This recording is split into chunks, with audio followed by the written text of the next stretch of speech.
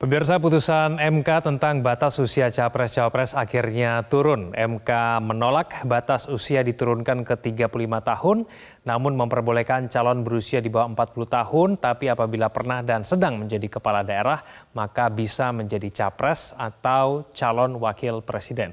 Nah, keputusan ini dinilai memberikan karpet merah untuk putra Presiden Jokowi, Gibran Rakebuming Raka, dan berpotensi untuk mengubah peta politik pemilu di tahun 2024. Pemirsa, inilah Fact Check Metro Siang. Kita ke data kita yang pertama, pemirsa. Dalam putusan MK terhadap gugatan yang pertama, MK menolak gugatan uji materi yang meminta syarat batas usia Capres-Cawapres diubah. MK menolak permohonan untuk seluruhnya. Gugatan yang ditolak itu adalah permohonan dari PSI yang meminta syarat umur Capres-Cawapres menjadi 35 tahun. Salah satu pertimbangan MK menolak permohonan PSI adalah mayoritas pembahasan sepakat 40 tahun lebih matang. Ini baik di Undang-Undang 23 tahun 2003 dan kemudian Undang-Undang 42 tahun 2008. Semuanya menilai usia 40 tahun dinilai lebih matang secara kepemimpinan, secara fisik maupun secara pikiran. Nah, pertimbangan lainnya, pemirsa, soal masalah umur ini merupakan kewenangan dari pembentuk undang-undang atau DPR. Dalam hal ini MK tidak memiliki kewenangan untuk memutuskan besaran umur dalam syarat usia capres dan cawapres. Kita ke putusan berikutnya, pemirsa, yang juga diputuskan oleh MK pada hari kemarin dalam gugatan pemohon yang lain. MK telah memutuskan untuk mengabulkan gugatan yang diajukan oleh mahasiswa UNS yang bernama Almas Sakibiru. Nah, dalam putusannya MK mengabulkan permohonan pemohon untuk sebagian.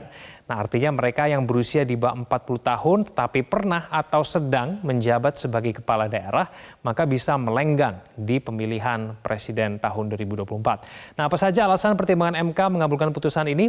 Pertimbangan yang pertama, pemirsa, ini dia nomor 1, MK menyebutkan bahwa kepala daerah merupakan penyelenggara negara yang memiliki kesempatan yang sama dalam berpartisipasi dalam pelaksanaan pemilu presiden dan wakil presiden secara demokratis. Nah, pertimbangan berikutnya yang nomor 2, pemirsa, kepala daerah ini dinilai telah mendapatkan legitimasi dari rakyat karena telah melalui proses pemilihan secara langsung.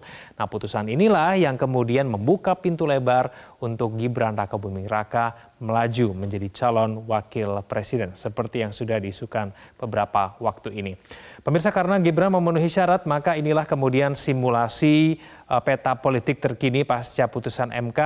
Gibran bisa saja dipasangkan dengan Ganjar Pranowo atau Gibran juga bisa berpasangan dengan Prabowo Subianto. Selama ini Gibran memang lebih dikaitkan dengan Prabowo Subianto karena dirinya sudah mengaku dimintai beberapa kali oleh Prabowo menjadi cawapresnya. Gibran pun selama ini tidak pernah tegas mengatakan menolak terhadap permintaan Prabowo tersebut.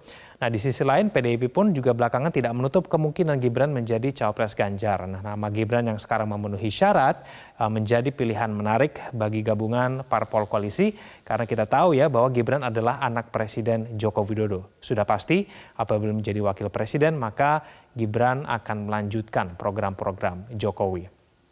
Kita simak pernyataan dari Menko Polhukam Mahfud MD, pemirsa, berkaitan dengan putusan MK kemarin. Mahfud MD mengatakan apabila putusan MK tentang kepala daerah bisa menjadi cawapres, maka putusan tersebut wajib diikuti dan dihormati. Ini dia pernyataan dari Mahfud MD, Menko Polhukam yang kita tahu juga mantan Ketua MK. Kita cermati pernyataan dari pakar hukum tata negara lainnya, pemirsa, yaitu Yusril Iza Mahendra. Ia mengatakan putusan MK yang terakhir merupakan kejutan karena dalam 3 permohonan sebelumnya MK mengatakan menolak, lalu dalam permohonan terakhir oleh mahasiswa UNS MK mengatakan menerima. Nah, bagaimana kemudian elektabilitas Gibran sebagai calon wakil presiden? Nah, dalam survei yang dikeluarkan oleh Lembaga Survei Indonesia, Gibran memiliki elektabilitas sebesar 7,6%. Ini elektabilitas yang cukup tinggi. Survei itu menunjukkan Gibran menempati posisi 10 besar, tepatnya di posisi ke-6 begitu ya, dengan elektabilitas sebesar 7,6%. Gibran berada di bawah Erik, Ridwan Kamil, Mahfud MD, AHY dan juga Sandiaga Uno, namun berada di atas nama-nama besar seperti Kofifa Indar Parawansa dan Ketua Umum Partai Golkar Erlangga Hartarto. Nah, perlu diketahui ini adalah hasil survei pada awal bulan Juli yang lalu. Pada bulan Juli, Gibran belum diperbolehkan untuk menjadi calon wakil presiden karena berada di bawah usia 40 tahun. Adanya putusan MK yang terbaru berpotensi untuk mendorong elektabilitas Gibran.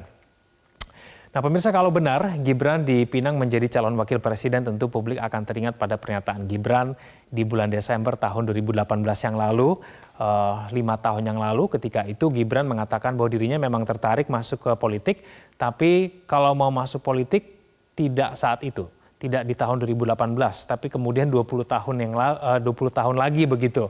Siapa yang menyangka kemudian dalam kurun waktu beberapa tahun dirinya menjadi wali kota Solo dan kemudian diduga kuat akan menjadi calon wakil presiden dalam kontestasi pemilihan presiden tahun 2024. Nah, pemirsa, Gibran yang saat ini memenuhi syarat untuk maju dalam pemilihan umum tentu berpotensi mengubah peta politik yang saat ini sudah terbentuk.